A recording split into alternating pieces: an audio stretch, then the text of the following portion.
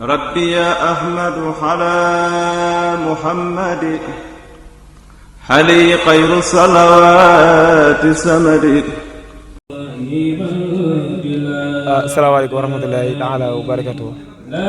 mbokki jullit yi nga xam ne ñu ngi seetaan ak mbokk talibé yi ak mbooleem Sénégal yi ak fépp waaye mën a nekk ci àdduna bi te di ñu seetaan ñu leen di nuyu bu baax te di leen siyaar di continuer liggéey bi rek te tey présenté kii ñuy présenté yaakaar naa sax nekkul ko xam war nañ ko mën a présenté fii ci dëkk bi ndax nit la koo xam ne yàggu fi waaye jëfam ak ràññeekoom tax na mel na ku fi def ay at muy monsieur le consul ki nga xam ne moo fi teewal état bu Sénégal fii ci dëkk bi xam ne ñun ñi nga xam ne ay Sénégalais boolem lu fi waaye def ci dëkk bi rek bala nga fa mën a def dara force da ngay jaar ci moom mi jàppandal ki ci war a am dëgg-dëgg mu am ci moom it mu bàyyi ay yitteem def ab délégation ci suba ba léegi ñoom ñëpp ñu ànd ñëw ci liggéey Sëñ Tuubaa bi kon monsieur le conseil ginnaaw bi ñu la nuyoo bu baax siyaar la ñoo bëggoon a xam kat ndax dëkk bi nekk ci Sénégalais yi yomb na ak organise bi lu mel nii ndax dina yomb na ci Sénégalais fi nekk ak surtout yéen ñi nga xam yéen ay autorités yi ak autorité marocain yi ci relation comme def fi bis bu mel nii ndax dina yomb ci yéen wala du yomb ginnaaw bi ñu la nuyoo bu baax siyaar la. merci jëwriñ Cheikh Mbaye ñu ngi ziar bu wër di leen ndokkeel aussi ci bés bi ci organisation bu rafet bi di wax jërëjëf sëñ Touba jërëjëf sëñ Touba jërëjëf sëñ Touba waaw lii moom vraiment lu am solo la ñu def tey jii te c'est pas la première fois yàgg nañ koy def depuis 2011 ñu ngi organiser fii ma mën a seede rek en tout cas li ma autorité marocaine yi di wax aussi bien fii au niveau local de Dakhla mais au niveau de Layoun au niveau de Guelming ñi nga xam ne consulat bi région yooyu la ëmb sincèrement lu baax rek la ñuy témoigner ci Sénégalais dañ may wax toujours ne monsieur le consul dëgg-dëgg ñun ñu ngi gërëm di sant sa compatriote te wax leen ne ñun marocains yi dañ leen considérer comme sunu bopp ñoom sunuy frère lañ sunuy sœur lañ te aussi nekkin bi rafet na vraiment amuñu dara luñ leen reprocher ci seeni nekkin rafet na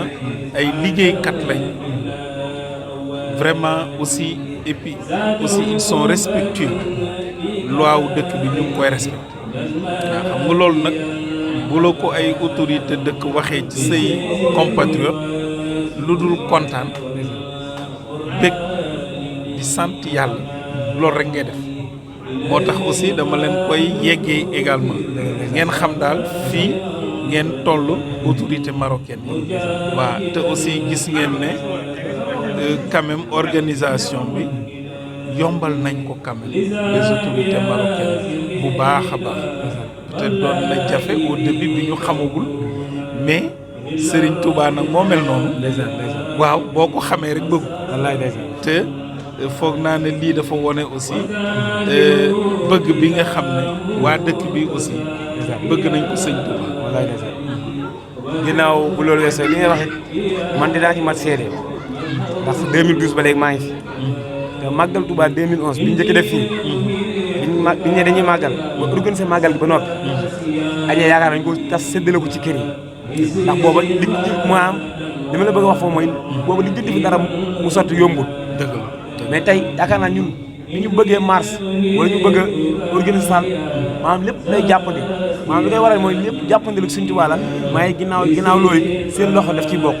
ndax fii kat comme réew mi ni ñu doxee mooy mënoo fi lijjanti dara te loxo état dugg ci waaw kon it loolu wàllum diplomatie la yéen a ci relation yéen a ngi koy gën a rafetal te di ko def waaye li ñuy bëgg a laaj ginnaaw bu loolu jàllee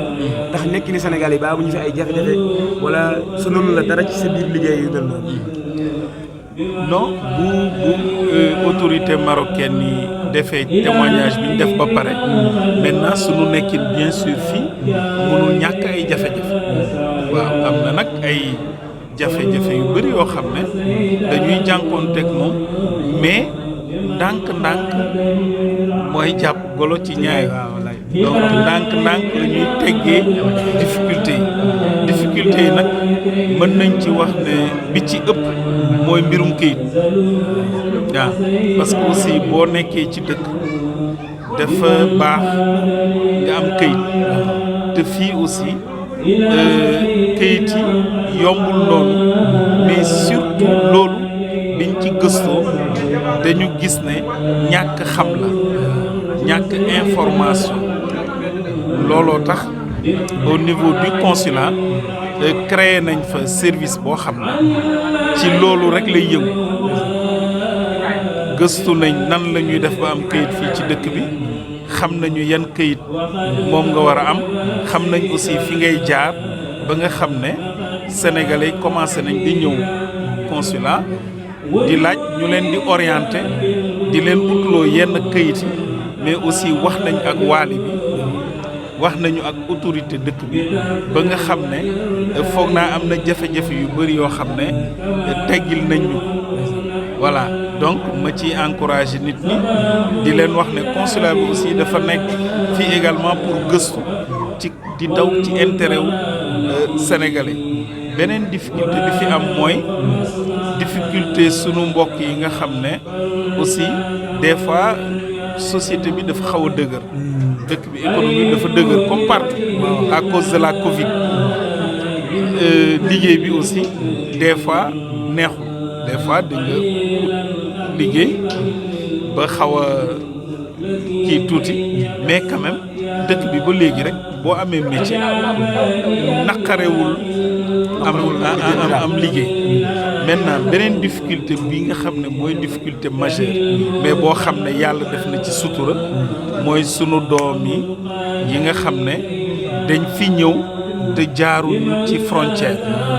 jaaruñu Guerguerat ci frontière terrestre wala jaaruñu Casablanca ci frontière aérienne mooy maanaam ñi dugg fii ci gaal yi clandestin yi alors ñoom lañ gënoon a am problème mais loolu yàlla def na ci sutura bu baax a baax fexe nañ ba fi mu nekk nii waxtaan nañ ak autorité dëkk bi au niveau national mais aussi au niveau local ba nga xam ne foog naa depuis quelques jours ñi nekkoon ci cas boobu ñu ngi commencé di dem police ñu leen di monter ay dossier pour ñu génn am na ñu commencé génn fi mu nekk nii te loolu day continuer parce que on avait 25 personnes 25 yëpp fi mu toll nii d'ici fii ak ay fan ñoom ñëpp dinañ génn te métti woon na pendant des mois ñu dinoon topp mais heureusement yàlla aussi sutur am na defal nañu sutura ci loolu quoi waaw donc am na ay jafe-jafe mais l'essentiel nañ ko xam yëg ko waxtaanee ko et puis bu ñu defee loolu rek foog naa difficulté yi ndànk-ndànk yëpp dina dem incha allah. waaw kon ñu déggee ko ni mu ko waxee rek mu ci kàddu yu am solo yooyu ñu xam ne nit ñi moom fu ñu mën a nekk jafe-jafe mënu faa ñàkk waaye jafe-jafe it su amee it bu ko jaaree fa nga ko war a jaar xëy na jàppandal mën na ci am te ñoom ñi loolu moo leen fi bàyyi ñoom mu ne monsieur le conseiller ndax it xëy na yàggu fi waaye liggéey bi mu fi def fes na su ma juumalee ci cérémonie officielle bi xëy na dégg naa ñu wax ko muy moom la nommé fii ci Maroc meilleur consulat de Afrique kon loolu nga xam ne kon loolu garaat la te loolu liggéey rek moo la koy mën a may ndax donte liggéey bi ak yàggoo fi mais sa jëf ndax lu leen fii dafa mën a xew lu mu ndaw rek yaa ngi ñëw teew loolu mooy man ci yéen laa bokk Sëñ Tuubaa yi ñuy defal ku ne xam ne ne jot amul te dafa yor ay services yu bari waaye daf ko bàyyi xam ne ci ñun la bokk doon taalib Sëñ Tuubaa bu wér mu ñëw ànd ñu liggéey kon monsieur le conseil ñu ngi lay sant bu baax ci teewaay bi ak ci jëf ji it xam nañ ko bu baax gis nañ jëf yi nga jëf ci bis bi yëpp waaye loolu nag Sëñ Tuubaa tax nga di ko jëf Sëñ Tuubaa dañ la ko fay kontaan nañ bu baax xam naa ñu bañ laa dee dina yàggal ñu defee nga wax sa dernier mot rek ñu daal di bàyyi la nga daal di vraiment jëwriñ maa ngi lay sant di la gërëm di sant aussi jëwriñ Ousmane ak mbooloom ñi fi teew li ñu wax rek taalibe moom nañ ñu defal sëñ bi rek tax voilà et puis vraiment di ñaanal également ñëpp et puis di encourager aussi xale yi ci nekkin bi te aussi di ubbi porte consulat bi seen kër la foog naa sama téléphone presque ñëpp a ko yor au Maroc 06 66 93 84 99 donc képp koo xam ne am nga benn soxla mbala looy laaj mën nga ma woo directement boo ma jotul it boo ma bàyyilee message dinaa la rappeler mbala bu ma gisee sa téléphone ma rappeler la kër gi moom ubbeeku na yàlla def na président renforcer na personnel bi ñu doon ñaan parce que xawoon nañ néew doole tuuti ci personnel mais fi mu nekk ni am nañu vice consul am nañu ay agent yu bëri yoo xam ne fekk si nañ ñu donc liggéey bi dina gën a ñoŋ encore ci en tout cas au service du Sénégal et des Sénégalais incha allah di leen gërëm di leen sant di ñaan en tout cas liñ fi ñaan yëpp yal na ko yàlla nangu et puis di ñaanal également sëriñ bu mag bi vraiment di ko ñaanal bu baax a baax sëñ Touba ñun ñëpp vraiment di booloo aussi di wax jërëjëf sëñ Touba jërëjëf sëñ Touba jërëjëf monsieur le consul sant nañ bu baax ci kàddu yi rafet na la macha allah kon sénégalais yéen tamit boo leen fi bëggee nekk ci nekkin boo xam si ne dana mucc ci ayib ci yéen mooy ngeen jéem a dem ci consulat bi fekk ko fa di jëm ci seen kayitu doom yi kayitu soxna yi di jëm ci carte consulaire yi yëpp ñu xam ne ay sénégalais te loolu defaar la ci ñun ñu dem def ko kon jërëjëf salaamaaleykum wa rahmatulahi taala wa barakatuh monsieur le consul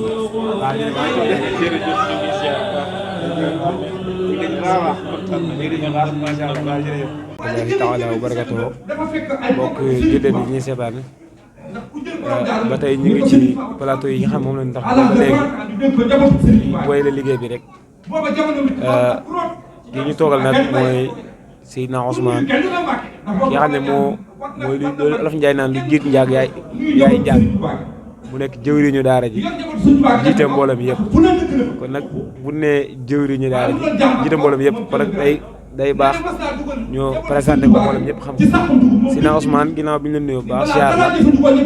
ñu bëggoon la laajit wàccaayu màggal gi ak ba ni màggal gi yegsee ba amoo leen ci ay jafe-jafe ndax lépp ni ngeen ko bëggee woon jàpp ne kam ni ngeen ko bëggee woon ginnaaw bi ngeen nuyoo mbooloo ba noppi. salaamaaleykum wa rahmatullah ñaanal Cheikh Mouhamadul Mountakha mu yàgg fi loolu te wér di ko ñaanal njabootu Serigne Touba gépp macha allah mu mel ni mbégte bi ñu am ci sëñ Cheikh ci question boobu ngeen ñu laaj ci sant it waa DMTV ba dañ koo fàtte mooy bisub Serigne Touba bi ñu koy doxal fii ak liggéey bi lu jiitu màggal gi di ñëw yaakaar naa ne laata weer waa teru ca lañ ko commencé woon a waajal ba ren comme jamono ju nekk dañ koy màggal yàlla dogal ñu am yéene ci yokku jéego yi bu baax a baax taxoon nañu teel a jóg ba liggéey bi jot naa am sax yoo xamante ni def nañ ko fi te mosuñu ko fi woon a def mooy première safar bi ñu woote fi def karawaan sant ci Serigne Touba ngir di ko waajalee bis bi nga xamante ni mooy safar gi ay coono la daj nañ ko ci waaye mbégte la waaye am nañ ci lu kawee sunu njort bu baax a baax ndax ku nekk xam nga ne liggéeyal Sëñ Touba moom yombut waaye nag mbégte la ci murit bi koy def loolu daal jot nañ ko ci jànkonteel waaye nag mbir yi moom wax dëgg yàlla macha allah jaar na yoon ndax bis bi nañu ko bëggee woon rek amee nañ ci lu kawee sunu njort noonu ba ni ñu ci accès ginnaaw bu loolu weesoo kon dafa mel na ren liggéey bi ay coppite daf cee am ndax daanaka ba safar gi teroo ba léegi gis nañ ne coppite yu bare ba def liggéey loolu it muy war wane ne kon liggéey Sëñ Tuubaa bi saa su ne mi ngi gën a yaatu ndax liggéey moom noonu rek lay doxee ndax ñi nga xam ne yéen a jiite woon liggéey bi yéen ñi nga xam ne yéen a jiite woon liggéey bi bu mel ne dañ fa nekkoon ak seen ay mag tey bi ñu fi jógee mu nekkaat ci seen ay loxo waaye bi mu ñëwee ci seen loxo ba léegi dafa mel ne liggéey bi gën ngeen koo yaatal ndax yaataay bi autorités yi dëkk bi dinañ si jàppale wala yéen ko ànd ak ñoom wala yéen ko ànd ak mbokk taalibe yi yëpp loolu it bëggoon nañ ko xamal mbokk taalibe yi xam ñoo ñu seetaan. ndeysaan xam na ne liggéey bi Sëñ Touba nag sëñ Cheikh comme ni nga ko waxee amul tànki ginnaaw tànki kanam la am liggéey bi mu mel ni jëwriñ yi fi jotoon a jaar ku ci nekk maanaam fa tolloog sa jamono jëf nga fa sa kéemtalaayal kàttan na nga ko mënee lépp ba def ko te sëñ bi defal la ci tawfeex nag bu baax a baax ñun daanaka lii ñu def dañoo ñëw rek mottali la ca gënoon a metti ñoom ñoo ko daj ñoom ñoo na xàllal yoon yi ba mbir yëpp yomb ci ñun mu mel ni ñun nag bi ñu dikkee yàlla dogal na ne fekk nañ lépp nooy sëñ bi defal nañu ci tawfeex bu baax a baax ba mbooleem loo xamante ni dañ koy sàkkul sëñ bi di ko defal sëñ bi teg ci loxo ba lépp di jàppandiku waaw loolu nag mbégte la goo xamante ni dañ koy santaate Serigne Touba mi koy jàppandal te mu tombee ci maanaam jamono yi liggéey bi nekk ci ñun te it loolu rek mooy missionnaire ub Serigne Touba moom mooy suñu warteef ndax liggéey bi dafa war di yokk waaw loolu olof di wax ku yokkut yaa wàññi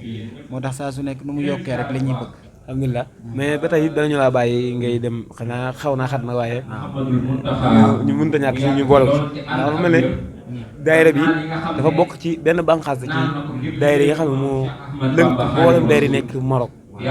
kon daayira Fatul Xafaar bi dafa mel ne dafa bokk ci bànqaas yooyu. waaw xam nga daayira bi dafa tënku ci Fatul Xafaar maanaam Fatul Xafaar nag mooy daayira bi nga xamante ni dafa ëmb mboolem daayira Sëñ Tuubaa yi nekk ci dëkk bi yëpp ndax la nekk ci benn bànqaas boo xamante ni def nañ ay jéego ban ràññee leen ci bu baax a baax yaakaar naa ne bu ñu tuddee benn tudd ñaar ñett wala ngay waxaat keneen da nga tudd ndax te ndax dëkk bu ndaw la li muy tegtale rek mooy murid yi fi nekk ñoo am pas-pas engagé wu ci liggéeyal Serigne Touba moo tax saa su nekk rek ñu ci jëf liggéey bu baax a baax te loolu rek tax na ba it ñi nga xam ñoom lañ seqal liggéey bi nawloo na ci bu baax a baax te loolu rek mooy suñu warte ndax liggéeyal Serigne bi moom képp nit waru cee yàfu ba ñu xamee loolu nag ba ñu dikkee moo tax ñu jéem a teg ay jéego bu baax a baax ba fi ñu bëgg a àggale liggéey bi weesu na fi ndax bëgg nañ sax wutal Serigne Touba kër goo xam moo koy moomal boppam fii ci dëkk bi te ñu ngi ci ay jéego loolu nga xam ne Fatul Xafaar képp ñëpp ko bëgg waaye dañuy ñaan maanaam yàlla na ko suñu borom jàppandal ci dëkk yëpp waaye yàlla na njëkkee fii ci ndax waaw sa kàddu yu mujj bu la bàyyee nga bu sa kàddu gu mujj mooy ñu laaj la ba xam lan ngay soññ mbokk taalibe yooyu mel noonu sa kàddu gu mujj comme xaw naa xam ñu bàyyi la ba ñu laaj yooyu loolu mooy sa kàddu yu mujj rek incha allah. waaw kàddu gu mujj de kàddu cant la rek sëñ Cheikh ndax xam nga ne maanaam lu mel ni taxawal maanaam du suñu jëm waaye day tegtale ne murid yi bëgg nañ sëñ Touba yàlla dogal na ne liggéey bi nga xamante ne ñun ñoo ko bokk di ko liggéey daara ji dafa am ci nu muy doxe ay norme rek waaye mu mel ni bureau bi ñi ci nekk ñëpp man mi li ko commencé ci man mi nekk ci bopp bi ba ki toftal ci man ba ci ki ci mujj dugg ci bureau bi bu ci nekk rek am nga engouement boo xamante ni ci bis bi wane ci passé boo xam ne dafa sedd xol ba mbir mi ñu ko bëggee lépp ñu nga koy amee noonu kon nag dañuy sant ñëpp di leen ñaanal tawfeexu Serigne Touba rek yàlla na Serigne bi gaaw ci seeni mbir te jàpp nag barkeb Serigne Touba ndax am nañ ci mbégte goo xam yàlla xam ne li ñu bëgg a wax lépp mënuñu ko wax xëy na dafa fees ci suñu bopp ak ñu nekk rek waaye kon danañ ci waxee neneen noo xamante ni mooy gën a yaatu waaye nit ñi xam ne rek mooy sant du weesu sant alhamdulilah waaw ñoo ngi leen di gërëm ñëpp ci barkeb Serigne Touba jërëjëf jërëjëf kon ki ñu dalaloon tey mooy Sidna Ousmane mi nga xam ne moo jiite liggéey bi kon ñu koy sant bu baax di la gërëm ñaan suñu Tuubaa yan bi woyof lool ba boole fi nga bëgg a àggal liggéey suñu Tuubaa àggal ak suñu Tuubaa amiin jërëjëf ñu ngi sant waa DMTV bu baax rek jërë ngeen jëf